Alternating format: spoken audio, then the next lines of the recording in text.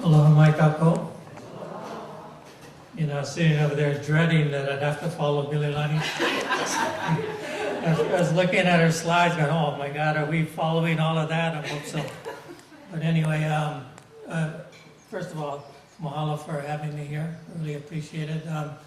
It's been quite an interesting thing for me from a couple of perspectives. Number one, first seeing all of the kids this morning, and I come from the generation that has not taken the time to learn Hawaiian. So I come from I'm a recovering graduate of Punahou High School, and my cousins over here were classmates. But I somehow lost my path from that perspective, never did learn Hawaiian. I'm actually taking Hawaiian now to finally learn it, so I really appreciate what's going on in immersion schools, etc. Number two, I'm kind of in awe by the people in this room in terms of your mana'o, in terms of climate change.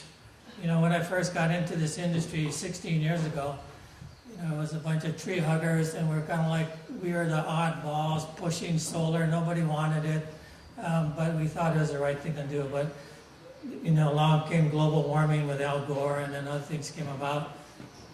It's awesome to see a bunch of people that believe climate change is for real, and we got to do something about it. My slideshow is going to take a little bit of a turn because of what Mililani said. You'll see in a second. But anyway, that's my company, Smart Energy Hawaii. Started in 2004, me and my dog in my garage. And we've grown to about 30 employees now, and we do primarily solar energy. Solar photovoltaic installations. That's our biggest project. That's in Waipahu. That's a Fujifilm facility, 1,455 panels. Yep, went through this already. Locally owned, Hawaiian owned, licensed contractor. We do in-house sales, design, engineering. We do everything in-house for ourselves. We don't farm out anything out because we want to be able to control everything from the beginning to the end. We do commercial project, residential, governmental installations, and we've been in the PBN a couple times. Well, one thing I wanted to say, my secretary, who is part Hawaiian, and I love her to death, and she kind of like keeps me in check. So I'm going, I'm being a panelist tomorrow, and at work I normally wear jeans, slippers, and a t-shirt. And I said, Edwina, what do I wear? She goes, hey, panelist, you got to wear shoes. You got to wear shoes. So I apologize for wearing shoes today.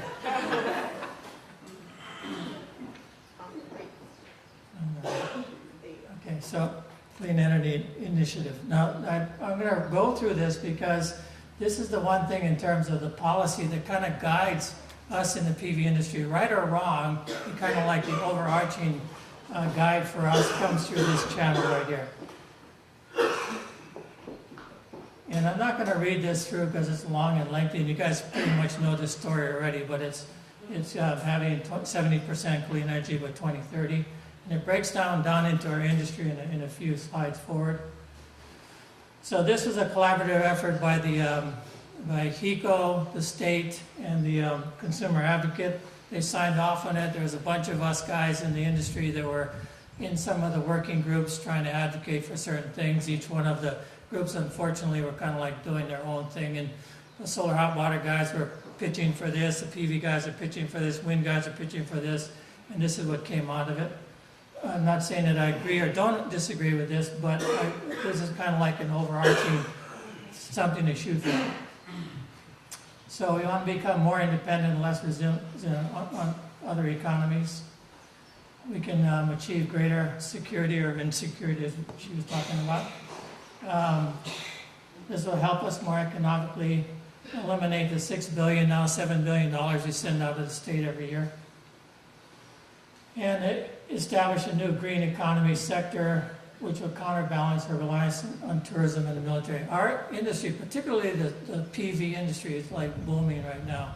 It's huge. Last year I think they counted up the numbers. We did about 200 million in sales in our industry. 5 years ago when we started, we did probably collectively less than $500,000 altogether.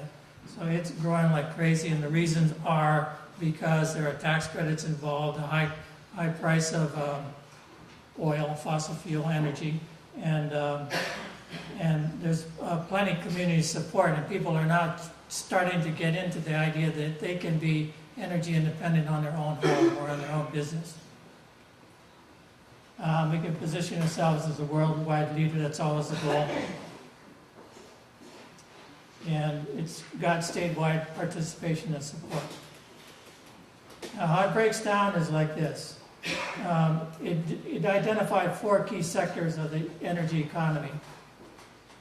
Number 1 was the energy generation, which is what we're talking about today. Achieve 40% from renewable energy sources. Then there's end of use efficiency, another 30%. And there's transportation, reduce 70% of petroleum use, and ground transportation, that's huge. And then the last is fuels developed locally, biofuels, etc. It breaks down to our particular industry. As we know, there are a number of renewable energy sources that Mililani already covered. And we'll just go through them real quick. We all know these as well. And then it comes right down to our particular industry is the solar industry. So there's solar hot water and solar photovoltaic. And people have some idea what they are, but mainly they're panel-based. One is heating hot water from the sun's heating the water going through the panel. That's the solar hot water panel. The other one is a panel itself that makes electricity. Makes electricity in a certain form, runs it down into your house, goes through a little box called an inverter, and makes it so it's usable in the house. So that's photovoltaic, solar hot water, concentrated solar power systems. They're doing fantastic work locally. And passive solar design and daylighting. A lot of people don't utilize as much as they could. You know, you could put up these daylighting systems in the house that solarize, give more light into the house, natural light. It's really, really, really powerful way to go. It's underutilized, and I think it should gain more attention. What are the challenges for us in our industry? Let's go through them. Number 1, state tax credits. Okay, there is a bill in the state legislature right now trying to modify the tax credits. Every year we go through the same thing. Our industry is growing like crazy. Everybody's doing well, and then the legislators want to pull the tax credits away. That's causing the boom. So there's another flip side of that. Is it costing the people of Hawaii too much in the state tax credits? Well, maybe so. So maybe there's a compromise. So there is I'm the president of the Hawaii PV Coalition. Our position is let's take the tax credits and start to ratchet them down over time. Get rid of them over time, because by the time we get to that end, the cost of the systems are going down, so people can afford them anyway and still keep moving ahead. So we have a challenge in the legislature right now. On the federal level, they've kept pretty much what's going along. That's good. We have a real issue in the permitting and inspection coordination. As an association, we met with the building inspectors actually last week in Zippies. We always meet in Zippies. But it was a very interesting conversation because these guys are trying to do their thing. Their job is to police systems so that they're safe, so nobody gets hurt, right? So we, as electricians, contractors, understand that point of view. So they threw on the table a bunch of stuff that we really didn't consider as important as they did until we had that dialogue and discussion. It was fantastic. So we came out of that meeting agreeing to come closer together from an industry standard and with them as well. So we're moving along with that. Our biggest challenge is the capacity issue. HECO and the other utilities are putting an arbitrary limit on how much we can put onto the grid. They say arbitrarily that you can put on 15%, no more PV in that particular area. So they go by what's called circuits. Let's say you're in Waimanalo. Your circuit, if it has 15% PV already in all the homes, then nobody else can put PV on the house. Other places like San Diego, they're up to 24% capacity. In Europe, they're up to 40% capacity. So HECO fundamentally, as Mililani alluded to, has a conflict of interest. They're trying to say they're going to be distributing power to everybody, renewable energy. At the same time, they have to answer to the boardroom and the profit bottom line. It's a challenge for them. We understand that. but it also slows our industry down. So we're fighting with them all the time on that one point. Meter swapping and technology and smart grid. In order for us to get to the goals that we need to get to, HECO and the other utilities have to improve their grids. They have to, they're trying it, they're doing pilots in Maui right now. They're doing various things to make it move forward. 2 minutes, okay, but anyway, it's a challenge. Last thing is financing options and availability. For a lot of people, PV is too expensive, so the challenge always is to bring in financing that works. More importantly, financing that's local financing. A lot of guys are coming in from the mainland with big money, walking into town, financing this, financing that. It's really kind of disturbing to me and to many in our industry. There's about 150 of us contractors right now. Okay, so real quickly, I want to get to an interesting thing that happened. Story of Uncle Kenny Brown and Pinky Thompson. Pinky Thompson, my father, and my mom, Pinky, my mom, Laura. They lived in the back of New Valley where I grew up, and we were green way before green was green. We were composting, we were digging cesspools, we were doing everything in the back of New Valley. Nobody knew. We didn't care about permits or nothing. But we just did our thing, right? And so what happened was Kenny Brown got honored the other night at the Waialae Country Club for all of his contributions to Hawaii. There's a group called Malama Hawaii, you guys may know about. They honored him as the first recipient, and he was in the room, and he's in a wheelchair now. He's very bright and still there, but kind of the body's breaking down. His wife Joan is very healthy. And then he went through this whole thing about Kenny Brown's life and his story and how incredible this man was. And I learned a lot in that thing. So in 1973, Kenny Brown writes some remarks as a senator that are so appropriate right now. I'm going to show you one excerpt from it in just a second. It's like unbelievably beautiful. This is 40 years ago, 39 years ago. And he writes it as if he's writing it exactly today. When you see this, I have copies right there on the corner. I recommend you guys are policymakers, from a policy point of view, grab a copy of that, read it. And if you run out, you can get it on the Malama Hawaii website. It's in there as a PDF. You can just download it. But so he makes these remarks in 1973 about Malama Hawaii, right? Unknown concept way back then. Certain people were working with it, but he was kind of like visionary way out there. So in 1981, him and my father meet in a shack. It was our shack.